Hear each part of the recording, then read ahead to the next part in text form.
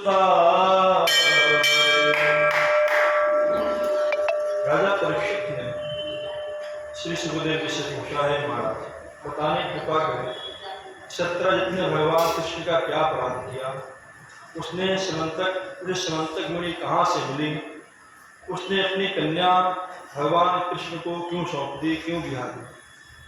सुखदेव जी कहते हैं, राजन परीक्षित, भासी सत्रहर्ता सूर्यो भक्तस्य परमासखा प्रेतस्तस्मै मणिं प्रादात् सूर्यसंतुष्ट समान्तकम्।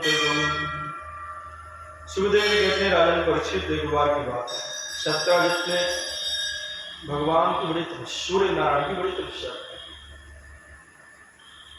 वह सूर्य भगवान का परम भक्त था और सूर्य भगवान ने संतुष्ट होकर के जो मणि थी समंतक मणि सत्यजित को प्रदान की।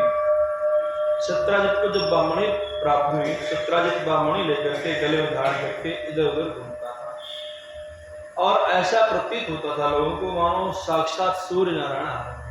एक बार वही मणि धारण करके गले में और भगवान की जहाँ सभा सुधर्मा सभा लगी हुई थी वहाँ पहुँचा।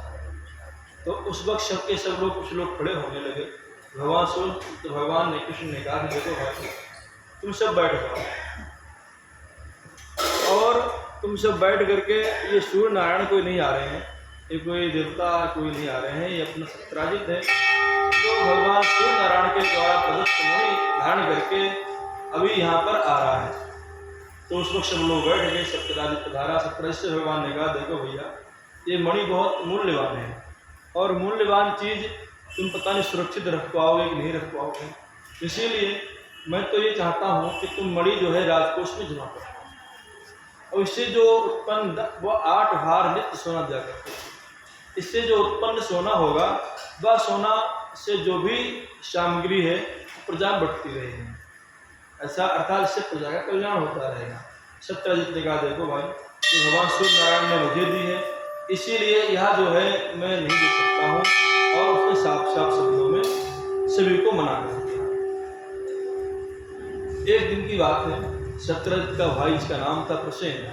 प्रसेन वह मणि जो था धारण करके और एक जंगल में गया। जब जंगल में गया तो जंगल में एक सिंह ने प्रसेन का वध कर दिया, अर्थात उसे मार दिया। प्रसेन को मार दिया, उसका खून पी दिया और वह मणि लेकर चला गया। जब वह कीमती मणि सिंह के पास में जामवंत जी ने देखी तो जामवंत जी ने शेर को मार दिया और मणि ले ली और मणि ले जाकर के अपनी बेटी, जिनका नाम था जामवती को जाकर के दे दी। इधर जो द्वारिका में जब प्रसेन नहीं लौटे तो सत्यजित ने अपनी पत्नी से कहा कि हमें लगता है कि मेरे भाई को कृष्ण ने मार दिया है और मार करके मणि जो है वह छीन ली। क्योंकि जिस वक्त मैं सुधर्मा सभा में गया था उस वक्त कृष्ण ने मुझसे कहा था कि देखो भाई, मणि बड़ी कीमती है और ये कीमती राजकीय कोष में जमा करना, मैंने जमा करने से मना कर दिया था। तो लगता है इसीलिए उन्होंने मेरे भाई को मार करके मणि छीन ली है, उसे लूट लिया है। एक कलंक भगवान को उन्होंने लगा दिया। लेकिन ये भी कहा कि देखो, ये बात किसी से कहना नहीं, अपनी पत्नी से। अच्छा, होता क्या है, यदि माताओं बहनों को ये बात कह दी जाए कि आप कहना नहीं किसी बात को, तो वह बात जरूर फैल जाती है।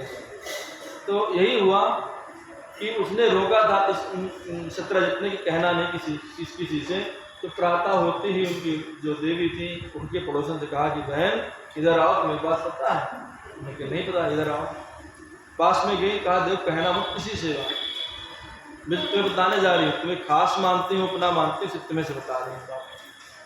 अरे मैं क्या बताऊँ, मेरे देवर को मार करके और ये कृष्ण ने मणि छीन ली और तो और पहले तो चोरी था केवल मात्र, खाली दही माखन की चोरी करता था, लेकिन अब तो ये धन की भी चोरी करने लगा है, तो पक्का लुटेरा बन गया है। तो भगवान को बड़ा आरोप लगा दिया। अब ये बात जब किसी को मालूम चले तो वो भी कैसे रुक सकता है। उसने सोचा कि अब जो है ये बात मैं कैसे किसको बताऊं। तो उसने अपनी खास बहन, मतलब उसकी भी खास कोई पड़ोसन थी, उससे कहा कि बहन मैं तुम्हें एक बात बताऊं, कहना मत किसी से। अरे जो अपना द्वारिकाधीश है, जिसका नाम द्वारिकाधीश है, और इसने तो प्रसेन को मार करके इसकी मणि छीन ली छत्राजी। अब धीरे धीरे धीरे धीरे भगवान जो थी पूरे द्वारिका में फैल गई, कानों कानों बात धीरे धीरे। अब सब लोग एक दूसरे से बात चुपचाप करते थे, लेकिन कहते जोर जोर बात नहीं करते। पता सबको थी कि कृष्ण ने जो है प्रसेन को मार करके मणि छीन ली, ये बात सबको पता चल गई। लेकिन भगवान को जब बात कानों पहुंची, क्योंकि कोई ना कोई तो रुक्मिणी से भी कहेगा, जब बात ये भगवान तक कानों तक किसी प्रकार पहुंची तो भगवान ने कहे राम मैंने तो सब कोई अपराध भी नहीं किया है, फिर द्वारिकावासी पता नहीं कैसी उल्टी हवा चला रहे हैं। मैंने तो प्रसेन को देखा भी नहीं, प्रसेन कब मणि धारण करके कहाँ गया, कैसे गया, मणि का क्या हुआ। उसकी उस धर्मा सभा में सत्राजित आए थे तो मैंने कह दिया था क्योंकि मणि बड़ी कीमती थी और उससे समाज का कल्याण हो सकता था, तो मैंने इसलिए कल्याण के लिए कह दिया था कि भाई समाज का कल्याण होता रहेगा और मणि सुरक्षित उनकी रहेगी राजकीय कोष में। मैं तो इसलिए बोल दिया था, चलो लेकिन कोई बात नहीं है, हम इनकी मणि ला करके देंगे। भगवान के ऊपर एक कलंक लग गया इस बात का। भगवान ने मणि छीन ली, भगवान ने मणि की चोरी कर ली, मणि को लूट लिया, इस प्रकार से लोग उनको कहने लगे। भगवान ने कहा चलो कोई बात नहीं, हम ढूंढ के ला करके देंगे। भगवान ने अपने कुछ साथियों को साथ में लिया और साथियों को साथ में लेकर के मणि ढूंढने के लिए बाहर निकले। बहुत दूर तक तलाशते रहे, जंगल जंगल। एक दिन वहीं पहुंच गए जहाँ पर सत्राजित मरा पड़ा, जहाँ पर प्रसेन मरा पड़ा। जब प्रसेन को उन्होंने देखा, प्रसेन की लाश पड़ी हुई है, वहाँ से पर जो है सिंह के पंजे के चिन्ह है, तो उन्होंने सिंह के पंजों का चिन्ह का पीछा किया और जहाँ आगे बढ़कर देखा कि शेर भी मरा पड़ा है। वहाँ पर वृक्ष के जो है भालू के जामवंत जी के हैं पंजे के चिन्ह बने हुए, तो समझ गए कि लगता है इससे भी कोई मणि लेकर के यहाँ से चला गया। उन्होंने उस पंजों का पीछा किया तो एक गुफा में पंजे जा रहे थे, वहाँ उस गुफा में प्रवेश किए तो देखा कि एक जो है एक वृक्ष की पुत्री जामवती की पुत्री, जामवंत जी की पुत्री, इसका नाम था जामवती, वह मणि के साथ में खेल क्रीड़ा कर रही है। तो भगवान ने उससे मणि झपट के ले ली। उन्होंने कहा कि भाई इसके पास मणि का क्या काम है, अब भालू का बच्चा भालू ही होगा, तो उससे मणि ले ली। जब ये बात जामवंत जी ने देखी कि मेरी पुत्री से किसी ने मणि ले ली, तो दौड़ करके आए और ललकारते हुए बड़ी जोर से, हे रुक जा, कौन है, और जोर का मुक्का जो था भगवान के छाती पर उन्होंने मारा। जब भगवान की छाती पर मुक्का मारा तो उन्होंने मणि जो थी वहीं रख दी और अपना हाथ उठाकर भगवान ने दो मुक्के जो थे जामवंत जी के मारे। अब धीरे धीरे वह द्वंद्व युद्ध प्रारंभ हो गया। भगवान ने अपने साथियों से कहा था, देखो मैं इस गुफा के अंदर जा रहा हूँ, यदि मैं इस गुफा से शीघ्रता से ना निकलूँ तो तुम लोग लौट जाना, समझ लेना कि मैं खत्म हो चुका हूँ। पता नहीं इस गुफा के अंदर कौन होगा कौन नहीं होगा, क्या पता गुफा के अंदर क्या होने वाला है। तो दो चार साथी जो बैठे थे 2-4 दिन तक बाहर बैठे रहे, देखते रहे भगवान अब लौट करके आएंगे। जो कई 2-4-5-7 दिन बीत गए, लौट करके नहीं आए, तो उन्होंने साथियों ने क्या किया, लगता है कि द्वारिकाधीश चले गए हैं। उन्होंने बड़ा सा पत्थर उठा करके सबने मिल करके गुफा के मोहरे पर रख दिया और सब के सब द्वारिका चले गए। द्वारिका में कहा भाई भगवान लौट करके नहीं आए, गुफा के अंदर गए, पता नहीं उनका क्या हुआ। द्वारिकावासी बड़ी चिंतित हुए, कुछ लोग जो उनके चाहते थे, और कुछ लोग बड़ा चोरी के इल्जाम लगा रहे थे, चोरी करके तो भाग गया कहीं। ऐसा होता भी, यदि आप मान लो गलत नहीं भी है और फिर भी यदि आपके ऊपर कोई इल्जाम लग गया वहाँ पर, दूर भाग गए उससे, यदि दूर भाग गए तो लोग फिर कहेंगे पक्का चोर था, पक्का चोर था तभी भागा, नहीं तो भागने वाला ही नहीं था। तो उसी प्रकार लोग कहने लगे भाई लगता है ये कृष्ण जो है मणि चुरा करके भाग गया। जिसके पास द्वारिका हो, जो द्वारिका का स्वामी हो, जिसने द्वारिका का निर्माण ही जन कल्याण के लिए कराया हो, अपनों के लिए कल्याण के लिए कराया हो, और फिर भी लोग पता नहीं क्या क्या इल्जाम लगाते हैं। तो देखो पहले, अरे अब तो पूरी जिंदगी बैठ करके खाएगा भाई, अब तो हाट बार सोना उसे नित्य मिलेगा। इस प्रकार के इल्जाम अनेक प्रकार के लगाने लगे लोग। कुछ इल्जाम लगा रहे थे, कुछ लोग दुखी भी थे, भाई भगवान लौट करके। भगवान का वायुयुद्ध 1-2 दिन नहीं, पूरे 27 दिन चला। भगवान ने धीरे धीरे इतनी जामवंत जी की इतनी मार लगाई मुक्के मुक्का कि उनकी नस दस ढीली हो। अच्छा ऐसा क्यों हुआ, इसके पीछे कारण यह था, एक बार की बात है जब भगवान ने राम जी के रूप में अवतार ग्रहण किए थे, उस वक्त उन्होंने सबसे कहा भाई सबको वरदान दिया, सबको जो मांगा सबको दिया। जामवंत जी ने कहा कि प्रभु आपने सबको सब कुछ दे दिया है, विभीषण को राज दे दिया, आपने लंका का राजा बना दिया, और हम भी आपके सेवक हैं, हम भी कुछ चाहते हैं। भगवान ने कहा बताओ। भगवान जामवंत जी ने कहा प्रभु मैं चाहता हूँ कि आप मुझसे द्वंद्व युद्ध करें, बाहु युद्ध करें। भगवान ने कहा देखो भाई तुम हमारे सेवक हो, हम स्वामी हो, और सेवक स्वामी में युद्ध हो ये ठीक नहीं है। पिता पुत्र में युद्ध हो या ठीक नहीं होता, नौकर मालिक में युद्ध हो या ठीक नहीं होता है, स्वामी और सेवक में यदि युद्ध हो तो ठीक नहीं है। तो हम तुम्हारे इस वचन को पूरा अभी नहीं कर पाएंगे, लेकिन चिंता मत करना, तुम्हारे वचन को हम पूरा अवश्य करेंगे। इस वक्त त्रेता चल रहा है, आने वाला युद्ध जो होगा द्वापर का होगा, तब तक का तुम मेरा इंतजार करो, क्योंकि मैं जानता हूँ तुम्हारे जैसा बलशाली योद्धा इस रामादल, इस पूरे रामादल और रावण के उसमें कोई नहीं था। तुम महाबलवान हो, लेकिन अभी हम इस बात को पूरा नहीं कर सकते।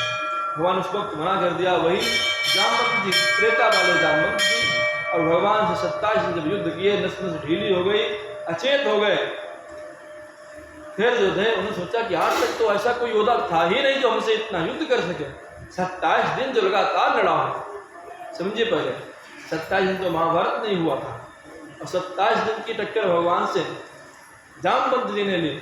यहाँ तक तो ऐसा योद्धा कोई हुआ नहीं है भगवान के अलावा, होना हमारे राम जी हो। जब उन्होंने ध्यान से देखा भगवान की छाती पर एक चिन्ह है, उस चिन्ह को जब देखा, चरण चिन्ह को जब देखा तो समझ गए हमारे राम जी हैं। राम जी के भी वह चिन्ह था और कृष्ण जी के भी। जब आप कभी छोटे से गोपाल जी लेकर के आएंगे ना, तो गोपाल जी के लिए छोटा चिन्ह बना रहता है छाती में। आप अगर अधिक ना चिन्ह बना हुआ हो तो वह फिर समझो गोपाल जी नहीं है। गोपाल जी होंगे तो चिन्ह छोटा जरूर बना, एक चरण चिन्ह बना होगा, श्रीवत्स, जिसे श्रीवत्स चिन्ह कहते हैं, श्रीवत्स चिन्ह बना होता है, मतलब एक पैरसा बना हुआ छाती पर। जब वह चिन्ह देखा तो समझ गए हमारे राम जी हैं। नतमस्तक हो गए, प्रभु क्षमा करना, अब तो नस नस ढीली हो गई हमारी, अब तो हम आपसे हार मान लिए प्रभु, हम समझ गए आप कृष्ण नहीं, आप तो हमारे लिए राम हैं। भगवान ने कहा भाई ऐसा है जामवंत जी, हम तो इसलिए आए थे इस मणि को लेने के लिए, अब ये मणि जो है आप। जामवंत जी ने कहा प्रभु मैं मणि तो आपको अवश्य दे देता, लेकिन यह मणि पहले से अपनी बेटी को देती है, अब बेटी को दी हुई चीज में फिर पुनः ली नहीं जाती है, इसलिए हम बेटी को दे चुके हैं, अब हम यह मणि हम देंगे नहीं। यदि प्रभु आपको मणि चाहिए तो मैं अपनी पुत्री का विवाह आपके साथ में कर दूं, तो आप इसको दहेज रूप में ले जाओ।